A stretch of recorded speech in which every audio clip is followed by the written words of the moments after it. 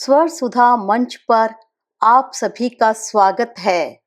प्रस्तुत है रूप सिंह चंदेल की कहानी मुन्नी बाई। अगर आपको कहानी अच्छी लगे तो कृपया चैनल को सब्सक्राइब कर दीजिएगा। बीमारी कुछ थी ही नहीं, केवल बुखार, वह भी 103 डिग्री। डॉक्टर जयनंदन ने कहा था, चिंता की बात नहीं, 1-2 दिन में बुखार काबू में आ जाएगा। लेकिन बुखार काबू में नहीं आया। पंडित गंगाधर तिवारी का शरीर आग की भांति तप रहा था, जिसकी सेक उन तक पहुंच रही थी और वे विकल उनके सिरहाने बैठी सिर पर ठंडे पानी की पट्टी रख रही थी। गंगाधर उनके झुर्रियों भरे चेहरे पर दृष्टि गड़ाए टुकुर टुकुर ताक रहे थे। मुरारपुर खबर भेजकर पद्मधर को बुलवा दूं? गंगाधर के कान के पास मुंह ले जाकर उन्होंने पूछा। हाथ हिलाकर मना कर दिया गंगाधर ने, लेकिन वे नहीं मानी। पद्मधर गंगाधर तिवारी का छोटा भाई, एक माँ जाए उसे खबर देनी ही चाहिए। बड़ा भाई बीमार हो, उनके यहाँ पड़ा हो और छोटे को खबर न हो, यह उचित नहीं होगा। हालांकि गंगाधर कभी कभार ही अपने भाई भतीजों के साथ रहते रहे हैं। उनके साथ नेह नाता जोड़ते ही पिता ने उनसे संबंध तोड़ लिया था और जीते जी उन्हें घर में घुसने नहीं दिया। ऐसे कुल बोरन औलाद की शक्ल देखन भी गुनाह, घोषणा की थी गंगाधर के पिता पंडित मुरलीधर तिवारी ने। उन्होंने संपत्ति से भी उन्हें बेदखल कर दिया था और पिता के रहते गंगाधर घर की ड्योढ़ी लांघने का साहस नहीं कर पाए थे। लेकिन बाद में माँ का मोह उन्हें खींच ले गया और वे हफ्ते 10 दिन में मुरारपुर जाकर एक आध दिन घर में रह आते थे। माँ कहती, गंगा छोड़ उस बेड़िन का साथ, काहे को जिनगानी नरक कर रहा है। तेरे लिए खूबसूरत लड़कियों की कमी पड़ गई है क्या, जो तू उसके दरवाजे पड़ा रहता है दिन रात। तू हाँ कर, एक हफ्ते में बहू घर ले आऊंगी।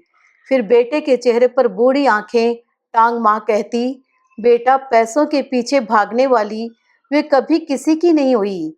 एक दिन मुन्नी बाई दूध में पड़ी मक्खी की तरह तुम्हें निकाल देगी, तब मेरी बात याद आएगी। माँ उत्तर के लिए गंगाधर के चेहरे पर नजरें टिका देती, लेकिन वे चुप रहते। वे माँ को समझाना चाहते थे कि वे दोनों एक दूसरे के शरीर से नहीं, कला से प्रेम करते हैं, लेकिन कुछ कह न पाते। अंततः माँ ने गंगाधर की नियति स्वीकार कर ली और छोटे का विवाह कर गंगाधर की ओर से मोह मुक्त होने का प्रयत्न करने लगी। मुन्नी बाई ने मुरारपुर खबर भेजी और उत्तर भी पा लिया। जिंदगी भर जिसे पालतू बंदर बनाकर रखा, उसका इलाज वश में न हो तो छोड़ जाए हमारे दरवाजे, इलाज करवा देंगे। लेकिन एक रंडी के दरवाजे मैं तो क्या, मेरी जूती भी न जाएगी। पद्मधर तिवारी ने कहलवा भेजा था। आहत हो उठी थी मुन्नी बाई। गंगाधर गहरी नींद में थे। अच्छा ही हुआ जो भाई का उत्तर नहीं सुना। मुन्नी बाई चबूतरे पर आ बैठी। शाम चबूतरे के कोने पर खड़े नीम के पेड़ की शाखाओं पर कदम रखती धीरे धीरे नीचे उतर रही थी और पिछवाड़े चैतू चमार के छप्पर पर कोई पखेरू गला फाड़कर चीख रहा था। गांव में बेड़ियों के 4 घर थे। एक हीराबाई का भी था। 2 बेटियां थी हीराबाई के, गुलब्बो और मुन्नी। गुलब्बो बड़ी थी, कद मध्यम और रंग सांवला, जबकि मुन्नी के नाक नक्श ठीक उसके विपरीत, छरहरी, लंबी और सुंदर, ऐसी की नजर खो जाए। दोनों को हीराबाई ने न केवल नृत्य और संगीत की अच्छी तालीम दी, बल्कि पड़ोसी गांव मिर्जापुर के मुनव्वर अली का शागिर्द बन उन्हें कला पारंगत भी बनाया। हीरा तो ठाकुर जोरावर सिंह के नाम स्नेह से यूं बंधी की गांव से ही हिलक कर रह गई। अपनी कला को 10 गांव की चौहद्दी के बाहर नहीं ले जा पाई, लेकिन वे नहीं चाहती थी कि उनकी बेटियां गांव में सड़ें। और जैसा उन्होंने चाहा था, गुलब्बो कानपुर के कपड़ा व्यापारी की नजर चढ़ी तो हीरा ने अवसर चूकना उचित न समझा। लेकिन मुन्नी शहर नहीं गई। मुरारपुर के पंडित गंगाधर तिवारी प्राय मुनव्वर अली के साथ उसके यहाँ आने लगे थे। वह भी मुनव्वर अली के शागिर्द थे और शास्त्रीय संगीत की शिक्षा ले रहे थे।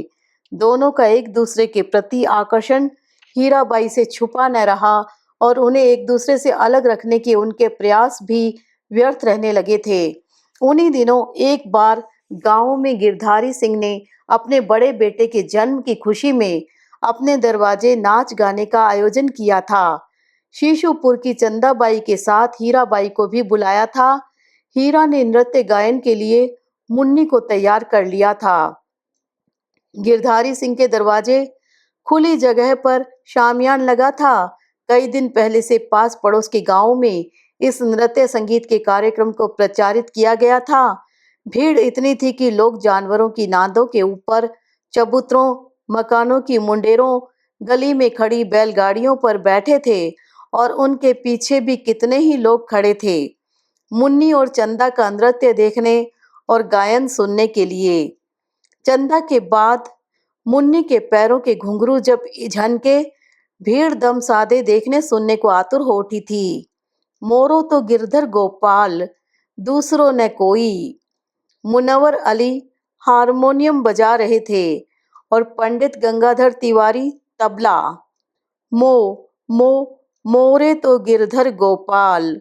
नृत्य जब समाप्त हुआ तो गिरधारी सिंह दौड़ते हुए पहुंचे थे मुन्नी के पास और नोटों की थैली देकर बोले थे, तुमने मुझे लूट लिया मुन्नी।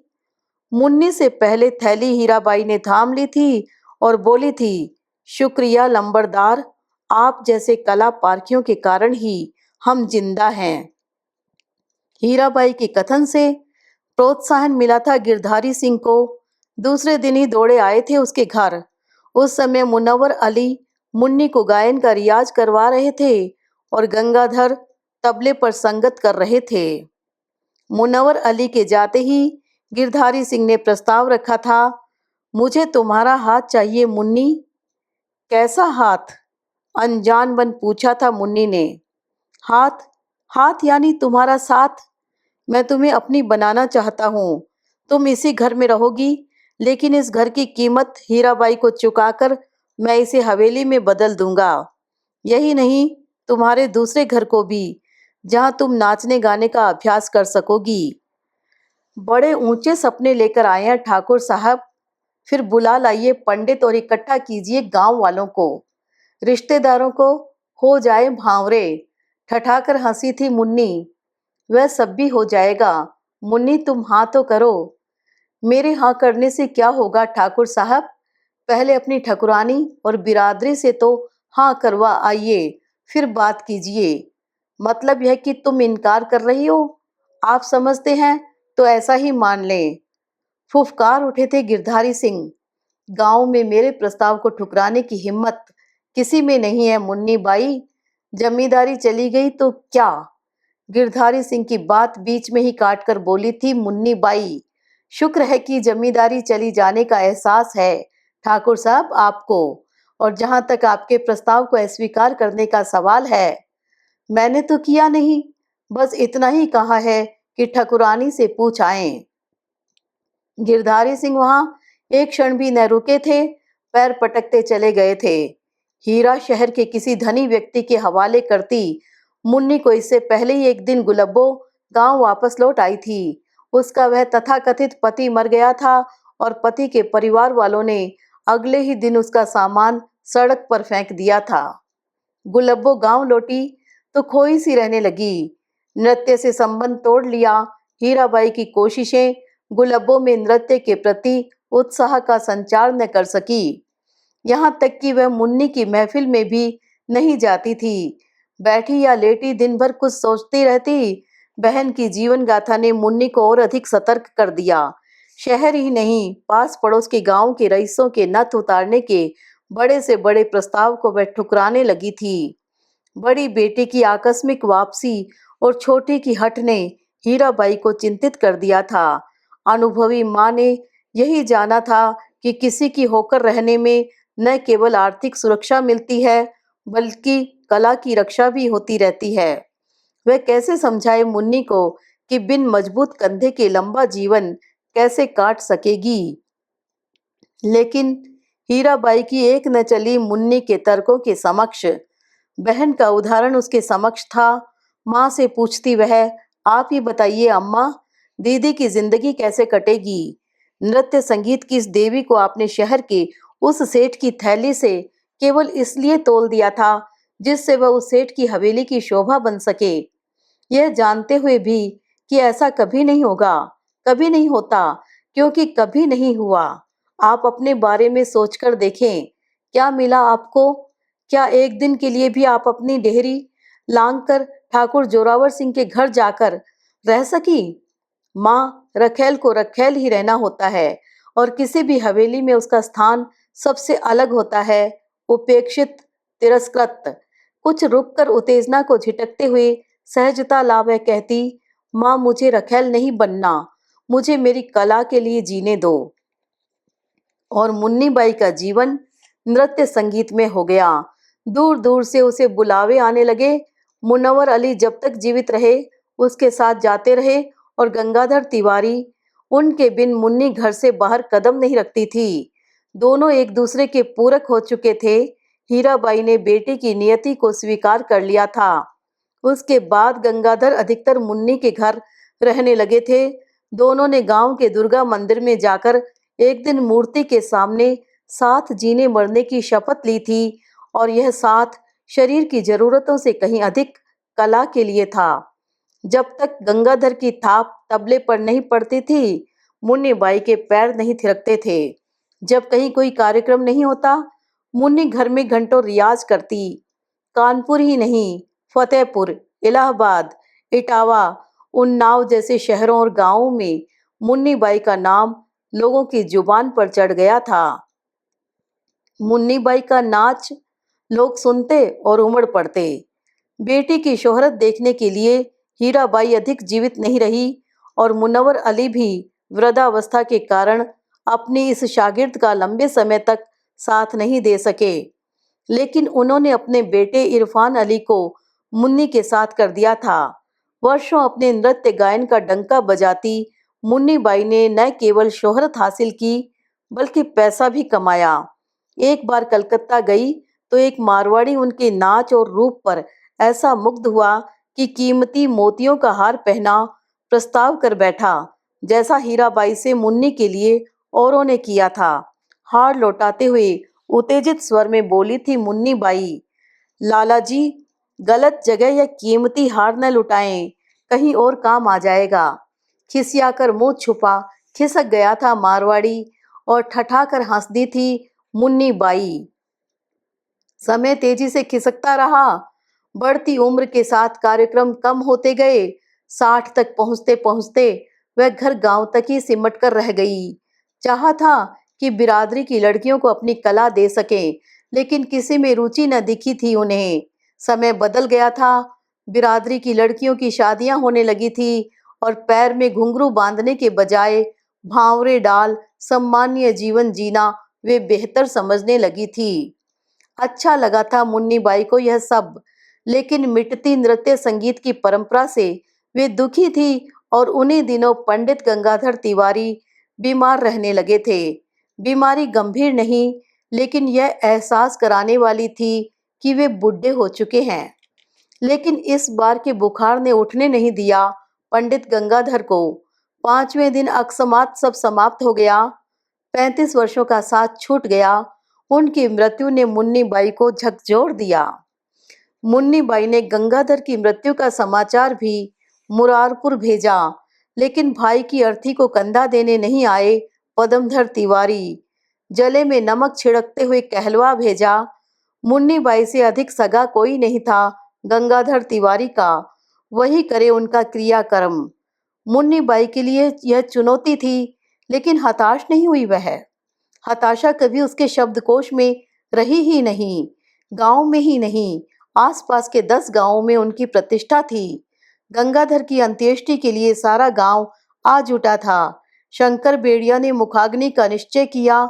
गांव वालों ने भी कहा, जिंदगी भर गंगाधर मुन्नी के घर रहे, फिर कहाँ बची उनकी जाति।